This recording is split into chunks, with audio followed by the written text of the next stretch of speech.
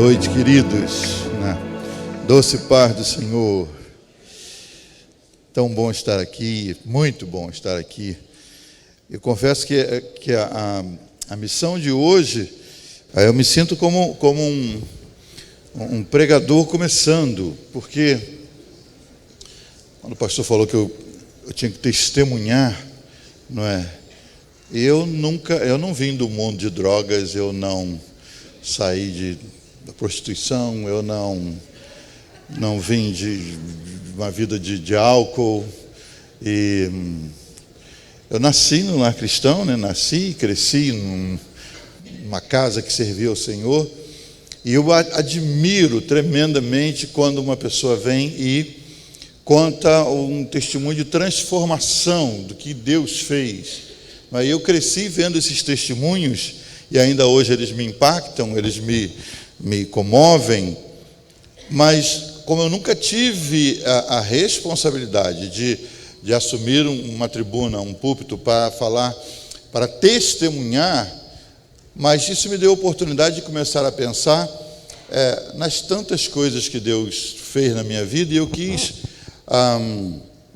com muita dificuldade, confesso, quis assim, com a ajuda do Senhor, buscar na minha vida alguma coisa que fosse relevante para a sua vida, não é?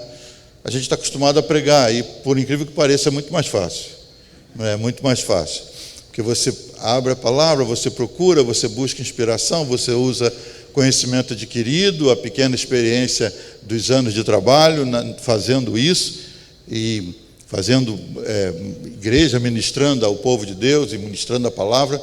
Mas de repente, quando a gente troca de posição e vem, tem que testemunhar, e testemunhando vida, mais uma vez eu tenho que parabenizar vocês pelas ideias, né, geniais e inspiradas.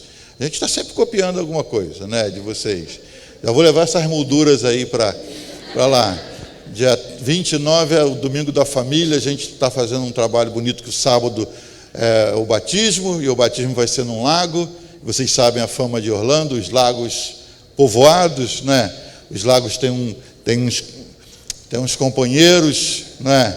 De 3, 4 metros de comprimento, que são chamados os bichos mais tímidos da natureza, mas ninguém acredita, né? São os jacarés. E a gente está orando para que no batismo desçam 11 e não voltem 7, né? Então tem os irmãos que vão estar vigiando. Os irmãos querem, vamos fazer ao estilo Jesus, vamos fazer, quer fazer natureza. Ah, Senhor, tão seguro na piscina, então não, vamos lá. Então estamos com um pequeno esquadrão, né, vigiando, para que a gente possa fazer o batismo tranquilos. E isso vai ser no sábado, no parque. No domingo, dia 29, é o último domingo do mês, vai ser um domingo da família, uma noite especial. E eu estava olhando aqui, falando, que ideia, Geralmente o pessoal copia as ideias de lá, e eu estou lá e estou copiando ideia de Brasil. Olha só, gente, vocês estão na vanguarda, vocês estão na frente. Mas estou muito feliz por estar aqui mais uma vez e rebuscando minha vida, Jesus, e analisando assim, falei, Senhor, o que é relevante para eu compartilhar o ponto de que fazer mudança na vida dos outros? Porque o meu ministério sempre foi focado nisso, não é? Desde sempre diante de Deus eu me posicionei como alguém que tem que ajudar as pessoas a descobrirem o propósito de Deus para a vida delas, o plano de Deus para a vida delas.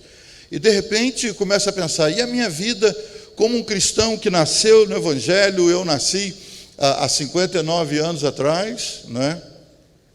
E nasci de uma família que servia a Jesus há pouco tempo, nasci de uma família que era parente do pastor da igreja, e cresci nesse clima, numa igreja pentecostal, né, uma igreja Assembleia de Deus, e cresci ali numa igreja cheia de limitações, cheia de restrições, não limitações, né? Eu cresci sem poder tomar banho de rio, sem poder ouvir rádio, sem poder jogar bola, fazia isso tudo, irmão, mas não podia, né?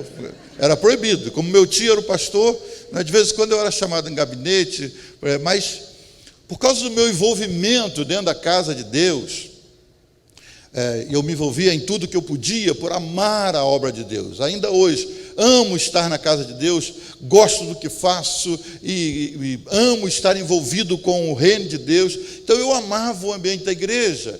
E meu pai cuidava do som da igreja. Então meu pai ia para a igreja desde cedo, nos levava. E minha mãe sempre foi musical. Então minha mãe inventou um conjunto infantil e eu tive que cantar. E inventou um conjunto de senhoras e eu tive que tocar. Então eu cantava também. Então eu acostumei, reunião de senhoras, eu estava lá, né? O que tivesse na igreja, eu estava lá, eu tinha que ir, porque meus pais estavam sempre envolvidos. Isso não me trouxe nenhum problema que eu precise de cura interior, ao contrário, eu amava estar na casa de Deus. E eu estou falando de tempos onde não tinha salinhas, irmãos, departamento infantil não existia. Esse negócio eu cresci ouvindo uma banda tocar, e eu e meu irmão, quando não aguentávamos mais, a gente encostava a cabeça um no outro, e a banda mandava ver com bumbo, e prato, e tarol, e trompetes, e bombardinos, e tubas e tal, e a gente apagava e dormia ali. Negócio de salinha, é lindo isso hoje, glória a Deus pela geração que tem isso hoje, né? E tem gente que ainda não valoriza, que enquanto estamos aqui, tem gente cuidando dos nossos herdeiros lá, se dando, se doando. Vale até um aplauso para esse pessoal que não está aqui, está cuidando de nós. Esse pessoal que se doa, não é? Que se doa para ensinar valores aos nossos filhos e netos, e estão lá enquanto nós estamos aqui desfrutando. E às vezes ainda tem gente que reclama. Aqui não tem, irmãos, mas tem gente que reclama e que chega e, não é? E, pastor, não estou feliz. Por quê? Porque meu menino foi lá hoje, uma outra criança brigou com ele e o departamento não fez nada. O departamento não fez nada. Eles deram comida para seu filho. Ensinaram o seu filho a ser mais obediente a você do que você foi para sua mãe. E ensinaram o seu filho a ler Bíblia, o que você não ensina em casa. Ensina o seu filho o caminho da casa de Deus. E não fez nada.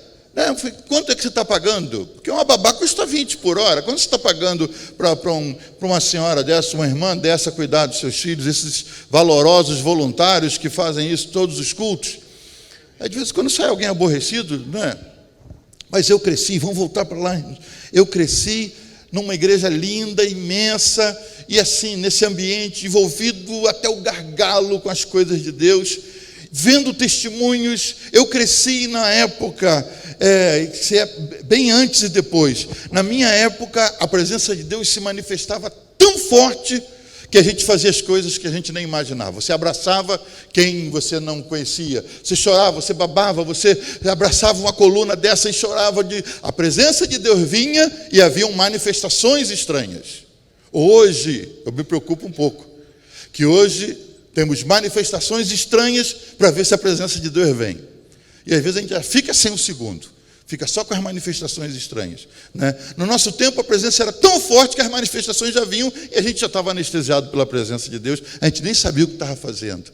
E a gente viu muita coisa. Cresci vendo muita coisa, testemunhos tremendos. E me admiro que naquela época não precisava nem chamar os pastores para expulsar um demônio. O engraçadinho que entrasse lá endemoniado, ele não dava 3 passados para chegar na igreja. O primeiro irmão que estivesse lá na porta já mandava aquele demônio embora e a pessoa já ficava por ali. Hoje a gente tem que ter uma equipe que leva com, meu Deus, segura na mão, segura no pé e tal, agarra nos cabelos, não, no cabelo não pode e tal, e leva, e com cuidado, que senão tem um processo e tal. Antigamente era, se fizesse graça, fica quieto aí até o final do culto. E o demônio ficava ali com a pessoa, claro, né? Os dois ali, no final o pastor se lembrava, sai agora. Fazia o demônio assistir o culto inteiro, né? Ele saía com raiva. Eu cresci nesse ritmo. Talvez o Senhor esteja dizendo, agora muita coisa se explica e tal. Eu cresci nesse ritmo. Mas eu cresci, irmãos, sem olhar para o futuro. Eu vivi o presente. Eu nunca tive uma perspectiva do que vem amanhã. Eu estava me comparando a 2 textos que eu separei. O primeiro deles é 1 de Samuel, não precisa ir, capítulo 3, verso 18. Quando Samuelzinho vai morar no templo, Eli está todo enrolado com os filhos, aprontando todas, e ele tem aquela conversa de noite com o Senhor, e quando o dia amanhece, Eli chama Samuelzinho e diz, O que Deus te falou de noite? Me conta tudo. E ele falou, Deus está chateado com seus filhos, porque você não repreende seus filhos estão aprontando e tal. Deus deu esse aviso. Depois Deus manda um outro aviso. Mas quando Eli recebe esse recado, ele diz assim, o Senhor sabe, eu até anotei a palavra dele, ele diz assim, Ele é o Senhor, que faça o que lhe pareça melhor. Isso parece uma frase assim, inspirada, parece a frase de um homem de Deus experimentado. Na realidade é uma frase de um irresponsável, de um homem que não conseguiu entender os avisos de Deus para a vida dele. E quando o aviso vem, não era o primeiro, ele diz, Deus sabe o que está fazendo. Hoje a gente traduz essa frase do Eli para Deus está no controle, né? É a nossa versão atualizada e corrigida. Deus está no controle, né? Você diz assim, irmão, cuidado com isso, Deus está no controle. Quando foi que Deus perdeu o controle? Nunca perdeu o controle. Hitler pode assumir o poder e matar 6 milhões de judeus. Deus está no controle. Trump pode entrar na presidência dos Estados Unidos, contrariando todas as expectativas. Deus está no controle.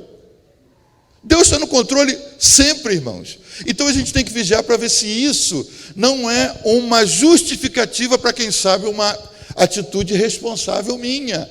E eu, envolvido com o reino de Deus e com o Deus do reino, eu nunca olhava para o futuro. Então, lá pelos 15, 16 anos, eu comecei a namorar uma menina, ela que me pediu para namorar. Eu namorava essa menina. Não vou dizer mais dicas, porque pode ser que ela sirva de assistir esse culto hoje, mas eu namorando essa menina. E eu namorava essa menina e gostava de outra. Tudo isso minha esposa sabe, né? Tudo isso ela sabe. Falei, você quer contar comigo? Ela falou, não. Mas ela faz depois ela fala, você passou do limite ali, você falou isso e tal. Mas eu namorava essa menina de olho em outra que eu gostava e orava para namorar. Mas ela não me dava atenção. Então eu fui namorando aquela que dava atenção, enquanto a outra não dava. E nisso, eu amava o Senhor como amo até hoje. Minha vontade era agradar o Senhor. Acho que qualquer pessoa que me conhecesse naquela época dizia, esse sujeito não tem outra vocação a não ser pastor. Porque eu amava, estava envolvido em tudo. E nessa vidinha de ir vivendo o dia de hoje, eu namorando uma, olhando para a outra, num dia, num evento na igreja, eu lembro que, não lembro quem era o pastor, mas eu lembro que ele falou de você entregar sua vida para o Senhor, porque você não conhece o dia de amanhã, e a única maneira de você ser feliz amanhã é entregando para quem sabe o que é amanhã. E eu falei, Senhor, eu peguei aquelas 2 meninas e coloquei diante do Senhor. Senhor, eu estou com essa, eu gosto daquela. Mas, Senhor, irmãos, isso foi um lampejo de maturidade que não dá todo dia, entendeu? Num gesto de maturidade precoce. Eu falei, Senhor, eu quero ser feliz. Eu não sei o meu dia de amanhã. O Senhor sabe qual a menina que vai ser a companheira que vai estar comigo pelo resto da vida. Eu quero ser feliz, eu quero um casamento feliz. Então, eu te passo essa chave, o Senhor, mas o Senhor sabe das minhas, o Senhor sabe, entendeu? Então, mas eu não, tudo bem, estou entregando. Sabe esses pregadores que vêm falar de Isaac? Entrega o seu Isaac, entrega o seu Isaac. Era um desses doidos. Entrega o seu Isaac, entrega o seu Isaac. Eu entreguei minhas Isaquinhas, né, a que eu tinha, e a outra, eu falei, Senhor, mas vai ser uma das 2. E as 2 não era de se jogar fora mesmo. Eu falei, então, né, vai ser uma dessas 2. E isso é muito perigoso, irmãos, quando você faz uma oração dessa. Porque quando Deus leva a sério. E eu orei e falei, Senhor, está contigo. E aí Deus traz uma terceira menina para a igreja. Mais velha que aquelas 2, já formada, austera, sóbria. E eu estava naquela fase de joga bola de tarde, vai no culto de noite, entendeu? Joga bola escondido. Meu Deus, quantas reuniões de gabinete que meu tio chamava e chorava. Se você jogar bola de novo, eu vou ter que te excluir e te disciplinar. Você promete que não joga nunca mais. E aqui dentro eu falava, Senhor, perdoa, mas eu vou dizer que prometo. Prometo, tio. Se você promete, eu não te disciplino agora. E passava os dias, a gente era pego de novo, jogando bola escondido. Sempre tinha um diácono. Não é? A Bíblia diz, resistir aos diáconos e eles fugirão de vós. Sempre tinha um diácono, irmãos, que ia lá e descobria um novo local onde a gente jogava bola. E assim, Senhor, Por revelação, só podia ser. Era um negócio tão escondido. A gente jogava 6 da manhã de domingo, já ia com a roupinha, saía de lá lavadinho, arrumado para ir para a escola dominical. Chegava aquele grupo de jovens cedinho para a escola dominical. Falei, eles até admiravam, esses garotos estão crentes mesmo. Amém. Desde as 6 da manhã jogando bola. A gente chegava para a escola dominical antes de todo mundo, porque a gente vinha direto. Um irmão um dia cismou de vigiar e achou a gente. Mas aí eu cresci nisso. E nesse movimento, ela aparece. E ela apareceu. E sabe quando você olha e você diz, vai dar ruim, vai dar ruim. Porque quando eu olhei, eu falei, Deus está armando, Deus está armando. Porque eu comecei a gostar da amizade. Mas eu falei, não, e essa coisa vai pegar. E aí eu olhei o jeito e falei, não gosto desse jeito. Eu falei, Senhor, eu não gosto desse jeito. Eu não gosto do jeito dela. Se o Senhor está armando alguma coisa, não vai ter, entendeu? Não vai rolar. Porque não é o meu jeito. Mas eu gostava de estar juntos. E daqui a pouco a gente foi ficando tão junto, que eu só ia para os compromissos, até uma confraternização de jovens. Ele disse, você vai? Não vou, então eu também não vou. Eu comecei a notar que a gente gostava muito de estar juntos. E só andávamos juntos, mas não namorávamos. E isso durou 1 ano. E nesse 1 ano, eu me afastei da que eu namorava, eu me afastei da que eu gostava e queria namorar, e de repente eu comecei a ter uma amizade muito forte. Eu tenho uma foto aí, cadê? Está aqui, rapaz. É o branquinho ou o pretinho? Hã? Esse aqui. Isso. Esses somos nós hoje, né, irmãos? Mas antes de chegar nisso aí, 40 e tantos anos juntos, é só apertar para frente? Olha só, irmãos, ali éramos nós, eu não sei quantos anos tínhamos, 17, por aí uns 17, né? Naquele tempo eu ainda usava xadrez e lista, nunca mais fiz isso, irmão, nem faça, né? Porque era a roupa que tinha, a gente tinha 2 roupas, só comprava um crediário da Líder no Natal, irmãos, e aí só no outro Natal comprava outra, então as combinações eram muito difusas, eram muito desconexas, mas éramos nós, e ali nós começamos a namorar. E fomos namorando, e eu continuava atuante na igreja, tocando em conjunto, tocava com as senhoras e cantava com as crianças, cantava já com as adolescentes, que eu estava crescidinho, e aí começa um conjunto de jovens, chegamos a 120 jovens, eu era o vice-líder, tocava com eles, e aquele negócio de toca guitarra, mas aí faltou o cara do baixo, vai para o baixo, e não tem o tecladista, a gente vai pulando de um lugar para outro, não é bom em nada, mas acha que toca tudo, e vai tocando, tem esses, né?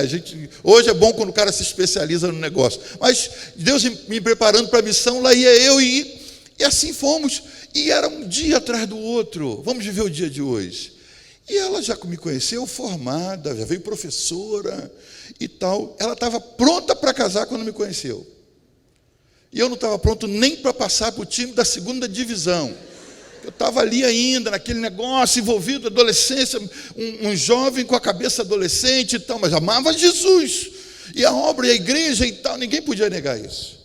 E nós começamos a namorar, e tudo que ela queria era se casar. E eu queria me casar com ela, mas não falávamos nada sobre isso, nada. Não é? Vamos casar, compra um fogão aqui, compra um negócio, vende ali daqui a pouco e tal, e passa para frente, e vamos levando. Nós namoramos 7 anos. Você imagina namorar 7 anos sem cama, já fica mais difícil, né? Com os hormônios, numa briga tremenda, mas eu amo a Jesus, nós amamos a Jesus, glória a Deus e aleluia, e nós vamos esperar. E as coisas foram passando, e o que eu quero destacar nessa nossa conversa, é que a gente foi namorando e nós amávamos o Senhor, e nós servíamos o Senhor, e nós operávamos na igreja, eu e ela, em muitas coisas. E eu quero que você se acenda para isso. Não basta você amar Jesus, você tem que seguir a palavra dele. Jesus disse assim, aquele que me ama, guarda os meus mandamentos. E às vezes a gente diz que ama, mas não quer fazer o que o Senhor quer que a gente faça. Eu amava e estava envolvido com o reino de Deus, mas eu não tomava nenhuma atitude quanto ao futuro, porque um jovem que namora está falando em futuro, não é? Não sei se aqui na igreja tem esse bom hábito, mas quando um casal vem e me diz lá na igreja, pastor, a gente queria lhe avisar que a gente está começando a namorar e nós queremos sua bênção. Aleluia. Venham aqui. Que dia é hoje? Hoje é 19 de setembro. Glória a Deus. Marquem aí, irmãos. Daqui a 6 meses nós vamos chamar o casal de novo aqui à frente. E aí nós vamos perguntar, qual é a data do casamento agora? Então vocês vão ter 2 opções, ou dá a data do casamento, ou a gente rompe esse namoro que não vai render nada. Pelo bem, principalmente, da menina, que quer saber quando é. Quando a gente casa. E aí, eu ia só dia a dia, curtindo a nossa vida, vamos para a igreja, envolve aqui conjunto de mocidade, e a confraternização e tal, e cheio do Espírito Santo, e atuando, mas casamento, vai chegar. Não é que eu fugisse disso, é que eu não olhava com responsabilidade para as coisas que como seres humanos nós temos que fazer, e como servos de Deus.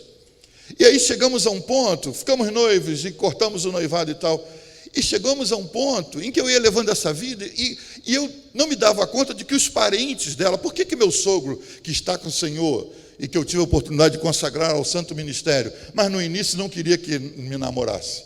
E nós não desobedecemos, mas ele falou para ela, eu não quero te ver com ele. E quando ela me deu a notícia, eu falei, eu entendi. Ele não disse que não quer que a gente namore, ele disse que não quer ver. Então ele não vai ver mais. Então quando a gente estava na igreja, olhava um para o outro, ela sumia por lá, eu sumia por aqui, e a gente ia namorando para casa, e depois eu ia embora, ele nunca mais viu. Mas a gente não desmanchou. E ele ficou feliz.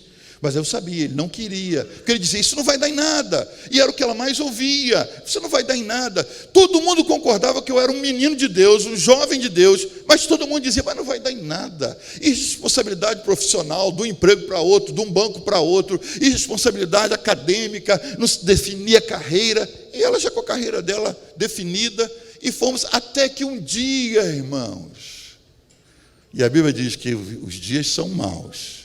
Até que um dia eu estou em casa e vem um mensageiro e traz um envelope. E quando eu pego o envelope, eu vi que tinha alguma coisa dentro. Nós éramos noivos. E quando eu sacudi assim, tem algo dentro. E foi ela que mandou. E quando eu abri, tinha um bilhetinho. E o bilhetinho dizia assim, aí vai o que resta da nossa união. E era o anel, que eu comprei em 400 prestações. Não, foi você que comprou, né, amor? Até o anel foi ela que comprou. Ela mandou o anel e rompeu. E quando eu peguei aquele anel, aquele bilhete, está de brincadeira? O que é isso? Não tinha celular, senão ligava na hora. Não tem, o que é isso? E fui lá para falar. Ela falou, é isso mesmo, eu te amo, mas não te aguento mais. Você entende um negócio desse? Eu te amo, mas não te aguento. Você não define nossa vida. E eu voltei para cá, peguei o anel, falei, você não quer o anel? Não, o anel é seu. E eu lembro, era um dia de chuva, eu peguei aquele anel e joguei rua abaixo. Que bom que o vizinho achou e depois devolveu. Mas eu joguei o anel. Se não serve para isso, não serve para mais nada. Umas cenas que não funcionam, né, irmãos? Mas aí fiz e desci. Em casa tinha um poço, eu sentei, parecendo a samaritana em Sicá. Sentei na beira do poço e chorei. Minha mãe veio, eu falei, mãe, não fala nada. E minha mãe falou, o que foi? Eu falei, não fala nada. E chorei até desidratar. E ela, para mostrar que estava séria no que fazia, já arranjou logo outro namorado. Que, aliás, Deus está me trabalhando para eu perdoar. Arranjou um sujeito definido, trabalhado, com um bom carro. Aquilo me matou de raiva. Mas, irmãos, ali eu comecei a entender o que significa ser homem. Eu fui confrontado. E eu comecei a descobrir que o confronto, que é algo que a gente sempre evita, ele na realidade nos chama para tomar uma posição. Ali eu falei, se ela vale para mim, eu vou ter que correr atrás. E tive que correr atrás. Aí nós nos casamos. Cadê a foto, amor? Estou perdido aqui. Aí nós nos casamos. Cadê? Olha... A gente é mais bonito do que era mais bonito do que ali está na foto. Que as fotos daquela época, irmãos, tem mais de 35 anos, não é? Mas nos casamos. E nos casamos, como é que nós nos casamos? Eu tinha tudo? Não. No momento eu estava desempregado. Eu falei para ela, você casa comigo do jeito que tiver? Eu falei, caso. Eu falei, é do jeito que eu estou. É assim, do jeito que eu estou, porque eu não tenho nada. E nos casamos sem mobília, sem emprego, mas eu não podia mais. Quando ela disse sim, nós partimos para casar. E aí começamos nossa vida e eu sabia, minha vida mudou a partir de agora. Eu vou ser homem Aquilo que Davi falou para Salomão no leito, quando Salomão veio visitá-lo antes de Davi morrer, e Davi disse para ele: meu filho, eu vou pelo caminho de todos os homens, você seja homem, não é seja macho, seja homem. E eu entendi, eu preciso ser homem. Assumi, minha vida mudou depois de casado. Estamos casados desde 83, já são 35 anos, mais 7 de namoro, são 42, mais 1 de amizade, são 43 anos juntos. Glória a Deus. 43 anos juntos. E nesse período, Deus nos permitiu, logo depois de casados, com 1 ano e meio, nasceu a primeira filha, que é a Ingrid. Deixa eu ver se eu tenho ela aqui. Eu nunca apresento minha família, mas essa é a Ingrid, com 33. O marido, que eles acho que estão no elevador, não sei onde eles estão, mas com o marido e o Ben e o Caleb, eles trabalham na obra de Deus, cresceram e aprenderam a servir o Senhor. Hoje eles dois coordenam o ministério infantil de uma igreja americana com mais de 1000 membros, e eles estão lá envolvidos, até o gargalo também. E Deus nos deu uma outra filha. Cadê? A Aninha, né? A Aninha nasceu com 1 ano, nós a levamos para os Estados Unidos, e a Aninha está casada com o Rinaldo, que a gente chama sempre de Naldinho, mas o Rinaldo, e já nos deu 2 netos, que é o Zion e a Estela. E Naldo e Aninha foram daqui para...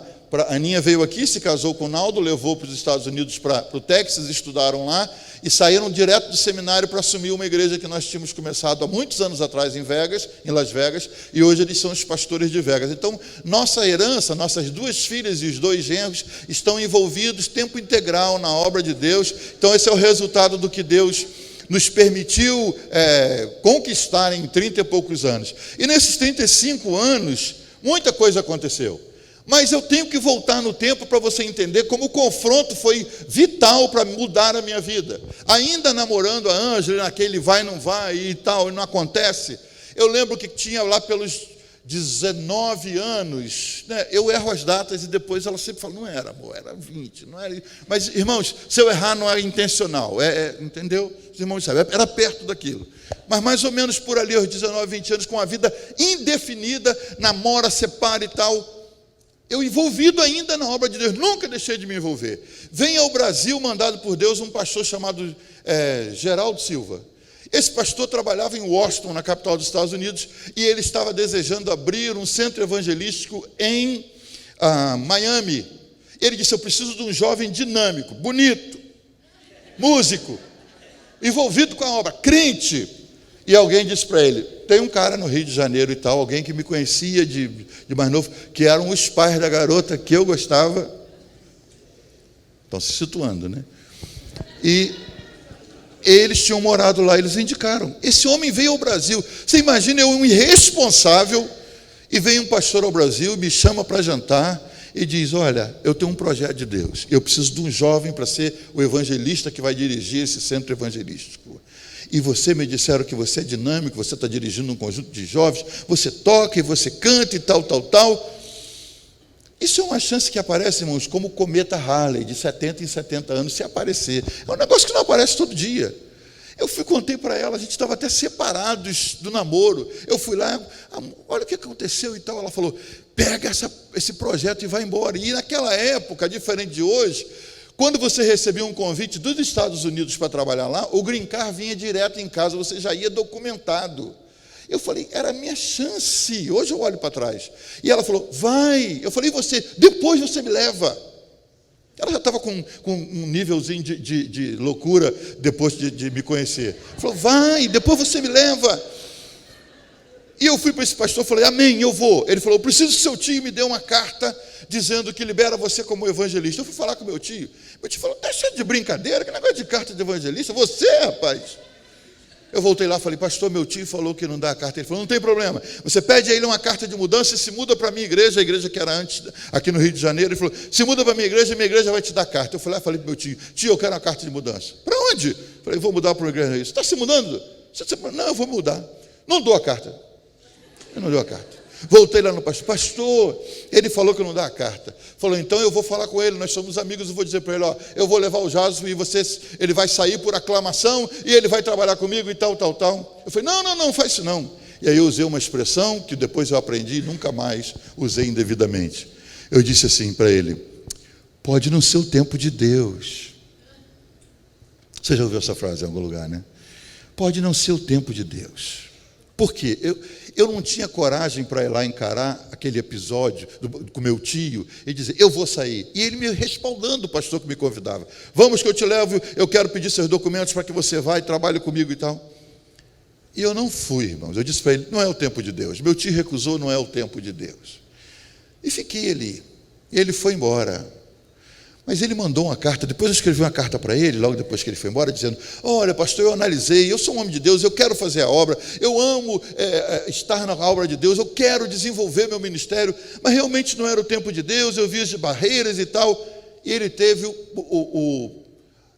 o trabalho de me escrever uma carta de volta.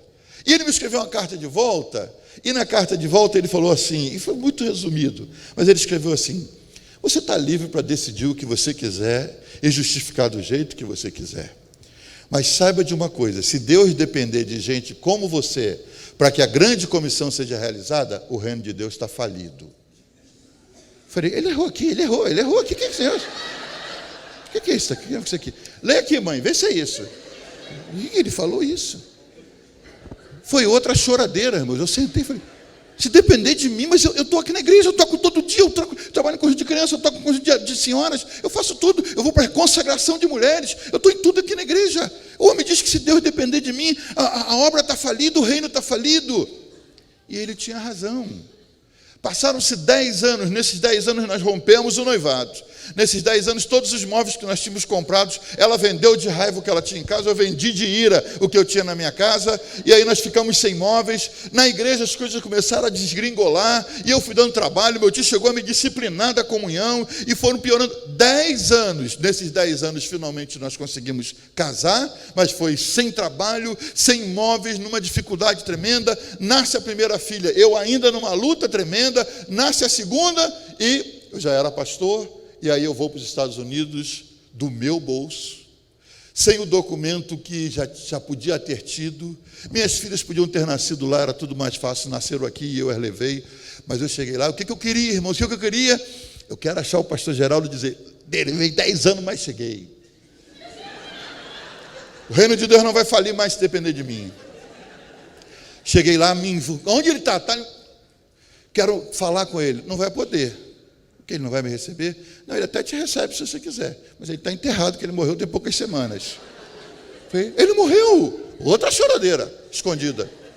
O homem morreu e não sabe que eu finalmente vim com dificuldades, vim numa condição que era muito pior do que a condição que eu podia ter vindo. As coisas que Deus me deu, as oportunidades todas que Ele colocou diante de mim, Ele trouxe um homem que eu não conhecia para me buscar e eu não considerei. Como às vezes você que me ouve aqui ou em casa, pode estar vendo oportunidades após oportunidades se passarem, e por algum mecanismo interno que você tem, você fica dizendo, não é o tempo de Deus, ou não é a hora, e você não tem nem base espiritual para declarar isso, mas você fica jogando na conta de Deus e dizendo, como disse Eli.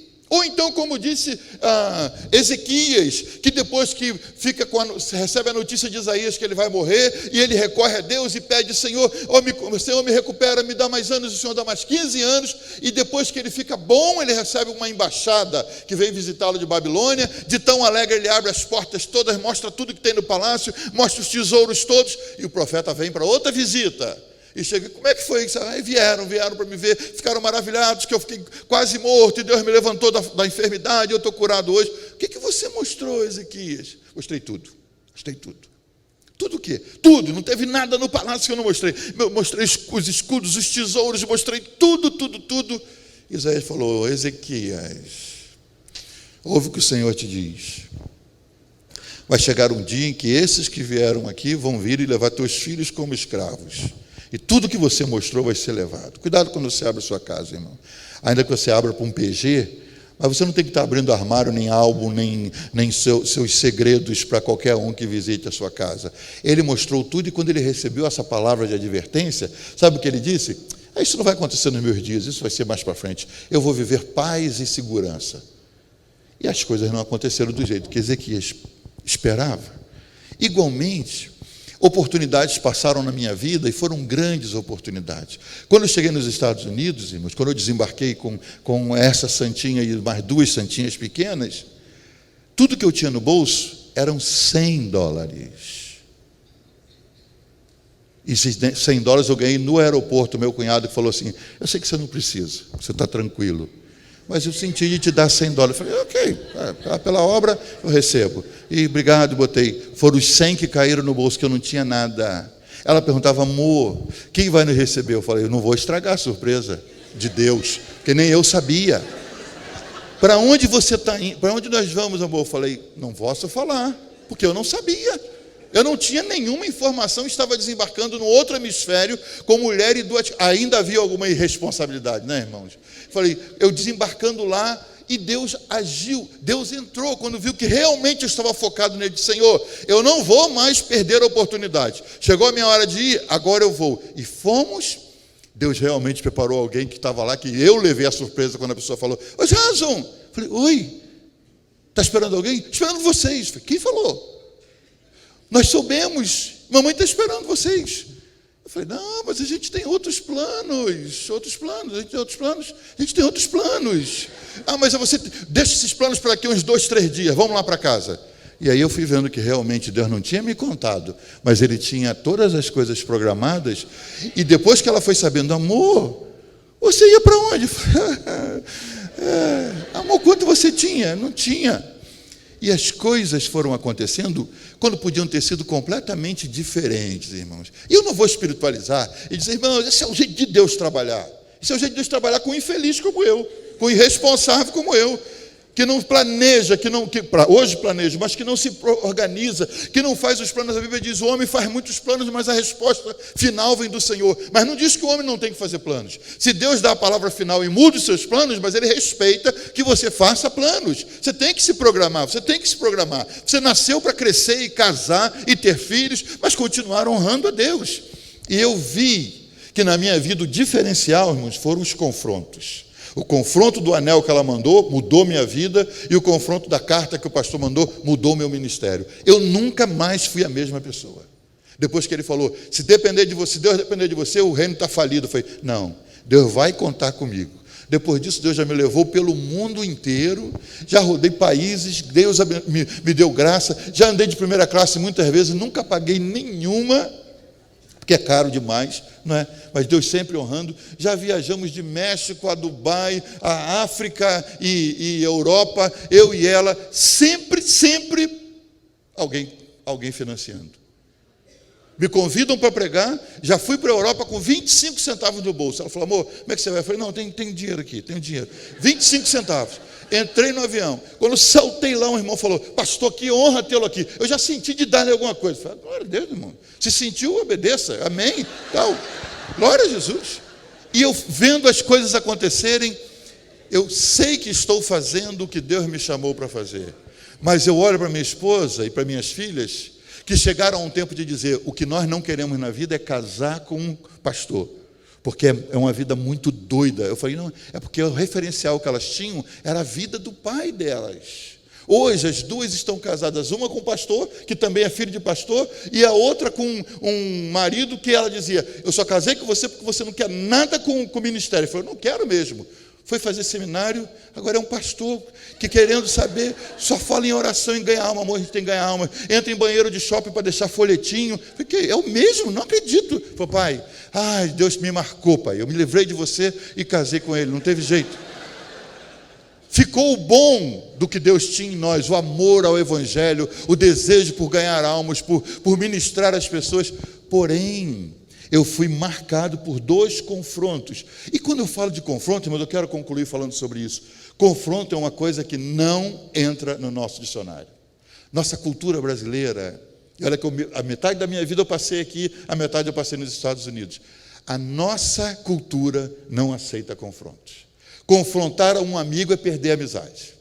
Você tem um amigo que está casado e você e sua esposa são amigos dele e da esposa dele. De repente você trabalha com ele e vê que ele está de olho numa secretária ou numa alguém lá. Se você se atrever a dizer, querido, que é isso? Fulano está em casa. Você corre o risco de perder a amizade, que ele vai dizer, o que você está se metendo na minha vida? Nós não fomos criados para confronto. Falo de nós, brasileiros. Nós não aceitamos. Só que o evangelho de Jesus não é o evangelho brasileiro, irmãos. O evangelho de Jesus é o evangelho do confronto. Se eu pegar só João, evangelho de João, primeiros capítulos, Jesus vai lá e é batizado por João Batista. Quando ele vai embora, 2 discípulos de João vêm atrás dele. Ele para e diz, o que vocês estão querendo? Isso é confronto. Confrontar o que você está buscando na vida. Não, nós queremos saber onde o Senhor mora. Então vem para vocês verem. Eles vão e vêm, e o Senhor falou, vocês vão ficar comigo? Vão. Vocês não sabem o que é entrando. Isso é confronto. Você vai para o capítulo 3, Nicodemos, felizinho da vida, vai de noite procurar Jesus, chega lá, Senhor, nenhum mestre faz o que o Senhor faz, se não for de Deus que recebeu Jesus. Nicodemos, para de conversa, tem que nascer de novo, rapaz. Isso é confronto, irmãos. Nós somos confrontados quando viemos para Jesus, sejamos brasileiros, americanos, indianos ou o que quer que você seja. O evangelho do confronto nos chama para que a gente seja confrontado e mude de atitude. Nós só temos 2 opções quando somos confrontados. Ou analisamos e mudamos, ou mudamos e não analisamos. Fui confrontado? Eu saio dessa firma, eu saio dessa igreja. Tem gente que já saiu dessa igreja seguramente porque foi confrontado. Quem sabe numa mensagem. Quem sabe que um dia foi procurar o pastor com uma cartilha já prontinha, só para o pastor assinar embaixo aquilo que estava planejado. O pastor disse, não, eu não acho que é algo bom para esse momento na igreja. Eu não fico mais aqui. Foi confrontado e não conseguiu engolir o confronto. O confronto na minha vida mexeu comigo, me irritou ao ponto de eu chorar. Mas me fez virar um homem para me casar e assumir, e acho que tenho sido um bom regular, né, amor? Um bom marido. E como ministro tenho me esforçado para que ninguém diga mais, se Deus depender de você, o reino está falido. O confronto sarou minha vida.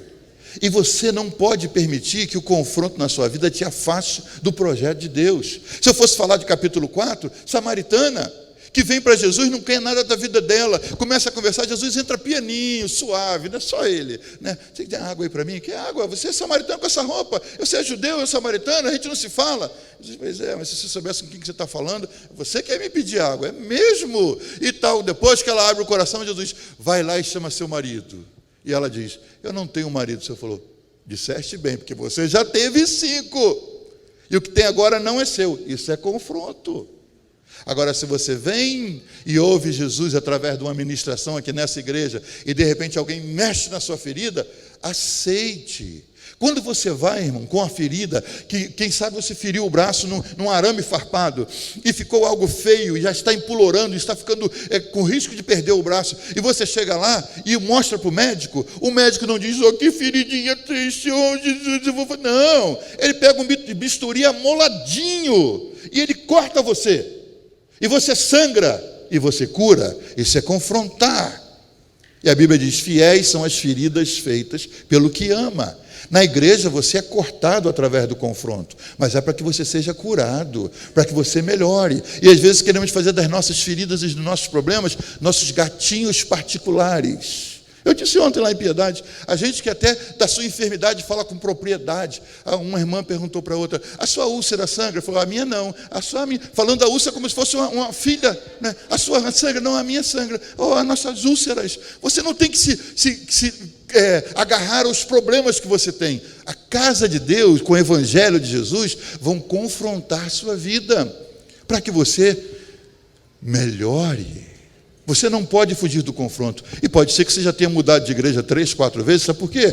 Porque você sempre que é confrontado, você vaza. Você pula para outro. Achei um pastor legal. Ele não te confronta. Se ele não te confrontar, ele não é um pastor legal. Porque o pastor que prega o evangelho de Jesus sempre vai estar te confrontando de alguma maneira. E às vezes, como pastores, a gente até se apieda, né? A gente fica assim, não, se eu falar mais duro, fulano vai embora. Né? Já vem milindrado.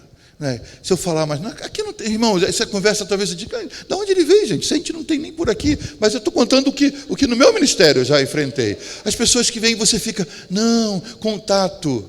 Minha esposa tem um bisturi guardado no bolso, né? Sempre amoladinho. Bobeou, ela passa. Ela fala, amor, você está dando mole. Amor, você está amor, passa essa foice, amor. Corta essa chaga. E às vezes eu estou ali, então ela vaza. E geralmente, sabe o que eu noto? Os que eu cuido, não funcionam. Os que ela corta, se apegam a ela, se curam e melhoram. Você tem que entender, o Evangelho é o Evangelho de confronto. Capítulo 5 de João, Jesus entra naquele lugar fétido, cheio de gente enferma. Ele escolhe 38 anos enfermos. Ele chega ali perto, a pergunta de Jesus: queres ser curado? Está de brincadeira. Está de brincadeira. Você está num hospital e o médico chega e diz, quer ser curado? Não, eu estou na fila para telefonar. Eu quero beijar a noiva. Não, você está ali porque você quer ser curado. Jesus vai no lugar de enfermos e diz, quer ser curado? O homem, é que toda vez que mexe na água, um pula primeiro, porque quem tem outro problema, que não tem problema de caminhar e tal. Nada do que Jesus queria ouvir. Essas orações que a gente faz, que o Senhor fala, vai para o ponto. Jesus, quer ser curado? Porque eu não tenho... Jesus falou, vou ter que pular aqui para o capítulo final de uma vez, pular essa mensagem para o altar. Pega a tua cama e vai embora. Nem Jesus pediu para ele ficar, né? Porque era chato demais, era doente e chato. Ele falou, pega a tua cama e vai embora. Ele levantou e pegou, mas Jesus confrontou, sabe por quê? Porque tem gente que nem sabe se quer ser curado. Tem gente que quer chorar a mesma mágoa todo dia. Você não sabe a luta que eu estou passando. Aí você conta e diz, irmão, é muita luta. Vamos orar aqui. Ele não quer que você ore, irmão. Ele não quer, ele quer que você ouça a luta que ele está passando. Quando ele sair dali e encontrar o próximo irmão, ele vai dizer, a luta é muito grande, você não sabe o que eu estou passando. Por isso que Jesus perguntou para o homem, você quer ser curado? Realmente? Isso é confronto. Eu te pergunto hoje, você está na casa de Deus, você veio ouvir a palavra do Senhor, você realmente quer o que você disse que quer? E se o Senhor disser para você que quer um casamento, dizer, não é para agora. E se você que quer esse emprego, o Senhor disser, não é essa carreira. E se você que acha que tem que casar com essa que você está namorando, o Senhor diz, não é essa. A gente diz que seja feita a tua vontade, porque a tua vontade é boa, agradável e perfeita. Na vida dos outros. Na nossa, isso incomoda. E às vezes dizemos, Senhor, olha aqui o plano, está pronto. E o Senhor diz, eu vou fazer umas mudanças. Isso é confrontar nossas motivações. Por que estamos aqui? Por que servimos ao Senhor? Por que estamos fazendo o que estamos fazendo na casa de Deus? E às vezes o que estamos fazendo é bom, mas a motivação é errada. Quem sabe você, porque não é visto por ninguém, quis fazer até alguma coisa, glória a Deus que você quis, mas na realidade no seu íntimo a motivação é, você quer ser visto e ninguém te vê. Ainda que a motivação seja equivocada, você está fazendo o que é certo. Mas Deus pode estar essa noite usando essa palavra para te chamar para um confronto e dizer, você quer realmente que eu mude sua vida? Então deixa que o que eu fale, que você pense e obedeça. Os confrontos mudaram a minha vida. E eu oro para que eles mudem a sua vida. Eu podia falar dos capítulos todos de João, cada personagem que passou por Jesus, e Jesus confrontou um por um. Um a um o Senhor foi confrontando. E às vezes a sua cultura fala mais alto que a sua fé. Por ser brasileiro, você pode ter perdido o emprego, irmão, porque o patrão chegou para você e disse, não estou gostando do modo que você trabalha. E você diz, 40 anos de empresa? Esse sujeito vem aqui agora só porque saiu da faculdade, vem dizer para mim, você foi confrontado e perdeu a parada. Você pode dizer, eu vou pensar. Eu ensino para os meus obreiros, se estiverem me ouvindo, eles podem confirmar. Eu digo, quando você ouvir alguma coisa que você não goste, primeiro diga para a pessoa assim, você pode repetir? Porque você dá a chance à pessoa de pensar, né?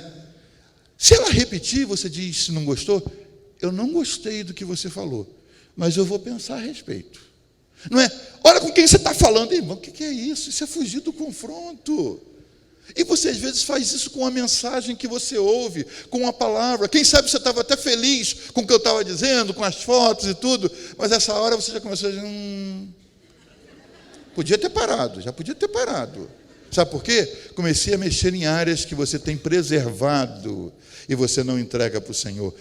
O Salmo 139 termina dizendo assim, Senhor, aquele Senhor que me conhece, que tem minha vida escrita no seu livro, antes que qualquer dia acontecesse, o Senhor já sabia de todos eles. Lindo Salmo. No final ele diz assim, Senhor, vê se há em mim algum caminho mau, esquadrinha-me. Sabe o que é esquadrinhar, irmãos? Eu aprendi isso quando eu estudava no ginásio. Você pega um desenhozinho do Mickey desse tamanho e você faz os quadradinhos em cima. Aí bota A, B, C, D, E, 1, 2, 3, 4, 5. Aí você pega uma folha grande, faz os quadradões grandão e bota 1, 2, 3, 4, 5, A, B, C, D, E. O que está no 1A, você transporta para cá. O que está no 2B, você transporta para cá. E o Mickey pequenininho fica o Mickey grandão, que foi esquadrinhado. A gente diz, Senhor, esquadrinha-me. É o Senhor pegar você, passar no scanner dele e transformar em quadradinhos. Aí ele pega esse quadradinho, poxa, está bonito, iluminado e perfumado. Esse aqui está meio escurinho. Esse está mal cheiroso. Ele te esquadrinha. Ele não pega você assim e diz, está bom, não. Eu sabia que eu servia ao Senhor e que eu amava Jesus. Ninguém podia negar. Se fizesse uma eleição na época que eu era jovem e dissesse, qual o jovem mais ativo nessa igreja? Eu ganhava. De tanta atividade que eu tinha.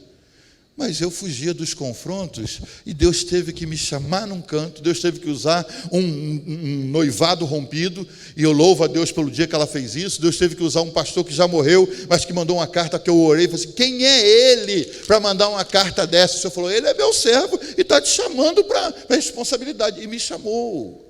Eu oro para que Deus não use apenas essa palavra, mas use testemunhos de outros, palavras que emanem desse púlpito, conversas que aconteçam nos pequenos grupos, ministrações que aconteçam nas diversas sessões dessa igreja, nos diversos departamentos, para que você seja confrontado e que você não fuja da raia.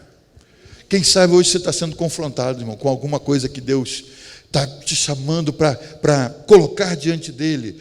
O que é confronto? É aquilo que contraria o modo que nós pensamos ou agimos. E a palavra de Deus está cheia disso. Por que Saul foi escolhido e tirado, sendo um homem tão tímido, o Senhor o chamou e o elevou à primeira posição de rei sobre o povo de Israel? Uma situação honrosa, uma posição de destaque. Deus o escolheu humildemente como ele era, caçando jumentas extraviadas, e o colocou no trono de Israel. Aonde terminou esse homem? Terminou afastado de Deus, afastado da vontade do Senhor, ignorado pelo povo. Deus teve que escolher um outro homem, por quê? Porque quando Deus o confrontava através de seus profetas e da sua palavra, Saul sempre tinha uma resposta por conta própria. O dia que ele não esperou Samuel e começou a sacrificar, Samuel falou, estou ouvindo um barulho aqui, o que está vendo? Quem está sacrificando? Tem um outro sacerdote por aqui? Não, é que o povo vinha a ele com a desculpa, você não é sacerdote, você é rei. Mas eu sou o maior mandatário, eu sou o monarca e tal. Ele não aceitava o confronto. Todas as vezes que ele teve a chance de ser confrontado para se quebrantar, ele levantava o nariz, a cerviz endurecia e ele foi se afastando de Deus. Você está sendo confrontado pelo Senhor? Quebrante-se. Quebrante-se. Diga, Senhor, eu não estou entendendo. Você tem o direito de dizer isso. Senhor, não estou entendendo. Na minha análise, esse é o melhor caminho para a minha vida. Mas, se o Senhor é Senhor, olha o título que você deu para Ele. Se o Senhor é Senhor, então eu não sou o Senhor, eu sou o servo. E qual é o direito que o servo tem, irmãos? O servo tem o direito de não ter direito, o direito de fazer a vontade do seu Senhor. Você está sendo confrontado no seu namoro, no seu relacionamento, na sua compra, numa sociedade, no negócio que você tem que começar, em alguma coisa que você acha que é o melhor projeto para a sua vida, e Deus está te dizendo de alguma maneira, não, ou agora não, ou espere. Aceite o confronto, entre na palavra de Deus e diga, Senhor, se tu tens algo diferente para a minha vida, eu estou aqui para que o Senhor faça. Queria que você ficasse de pé, por favor. Você viu que eu não sei dar testemunho, né? Eu vou treinar mais para a próxima vez. Mas eu quero orar, se me permitem, eu quero orar por isso. Por você que hoje está sendo confrontado de alguma maneira, não é? E você estava resistente. Resistir ao confronto só machuca, irmão, só dói. Só dói. O modo mais fácil de encarar o confronto é ceder ao confronto do Senhor. A samaritana, quando o Senhor falou, você já teve 5 casamentos e que o marido que você tem agora não é seu. Ela podia falar, a vida é minha, você não tem nada a ver com isso. Ela podia. Vai se meter na vida de outro. Ela podia. Mas sabe o que ela fez? Fica aí que eu vou chamar minha cidade para te ouvir. Ela foi uma evangelista em potencial que o Senhor viu, apesar de uma vida conjugal destroçada. Não importa o que você esteja vivendo para Deus, Deus tem como arrumar isso. Mas o que Deus espera é que você entenda que Ele é o Senhor e quando Ele te confrontar, quebrante-se. Ele conhece sua estrutura, Ele não vai te quebrar ao ponto de você não ter resistência. Davi viu isso. Por que Davi é chamado homem segundo o coração de Deus, irmãos? Porque Deus falava, eu bato nele e ele não resiste. Ele se arrepende, ele se quebranta. Lá vem Natã e diz, Davi, olha, estou sabendo que na cidade teve um homem, rapaz, que tinha um montão de ovelhas. E sabe o que ele fez? O vizinho só tinha uma. Não é que ele matou o vizinho para pegar a ovelhinha do vizinho. Davi se inflamou em ira e disse, me dá um nome desse infeliz aqui, porque a espada vai entrar na casa dele e vai acabar com ele. Só Deus sabe o que eu vou fazer. Me dá um nome. E Natã, muito calmamente, o nome dele é Davi, filho de Jessé. E ele podia dizer, seu ministério acabou agora, Natã. E ali só ele, Natã, ele matava Natã, inventava uma história. Esse profeta surtou, partiu para cima de mim, eu tive que matar o sujeito. Olha, não, quando ele ouve isso, ele diz, chama o jornaleiro, chama a imprensa do império e manda publicar na cidade que o rei pecou e o rei está em adultério. Ele se quebrantou. O que Deus fez? Deus olhou e disse, esse é o cara, esse é o cara. Quando eu confronto, ele se quebra. E ele cedeu, e é por isso que a estrela de Belém está em tudo que é lugar do mundo. E você pergunta a qualquer judeu, quem é Davi na sua vida? Diz, maior rei que já passou por esse mundo. Eles respeitam por ver que era um homem que, apesar de errado, de cheio de problemas, ele não fugia dos confrontos. Você precisa aprender isso. Deus está te confrontando em alguma área da sua vida, ceda. Essa é a atitude mais difícil de fazer, meus irmãos. Nós cantamos aqui agora há pouco, eu me rendo aos teus pés. Tu está de brincadeira, você não sabe o que está cantando, irmão. Eu me rendo aos teus pés. Que pés? A gente não quer ficar no pé de ninguém. A igreja nem gosta disso, tanto que acabou com o lava-pés. Jesus inventou e nós acabamos. A gente ficou só com a Santa Ceia, que é mais tranquilinho, né? Pão e vinho, abraça um e o outro, vai embora para casa. Quase que faz no drive-thru, passa na janela e pega o seu e vai embora. Mas Jesus falou, não, tem que lavar o pé. Lavar o pé? Acabamos com isso. A igreja acabou com o lava-pé, irmãos. Não tem mais, é raro você saber de alguém que lavou o pé. Por quê? Porque o lava-pé, alguém se senta e você se ajoelha na frente dele. Aqueles pés que não vieram da pedicure, aquelas unhas cheias de lembranças das ruas, da semana, e você lavar aqueles pés e dizer, eu te amo, Jesus é o Senhor da nossa vida, querendo torcer o pé do sujeito, e você fazer isso é quebrantamento. Você entendeu o que é que eu desenho? Você entendeu, né? Ai, Jesus, vamos orar.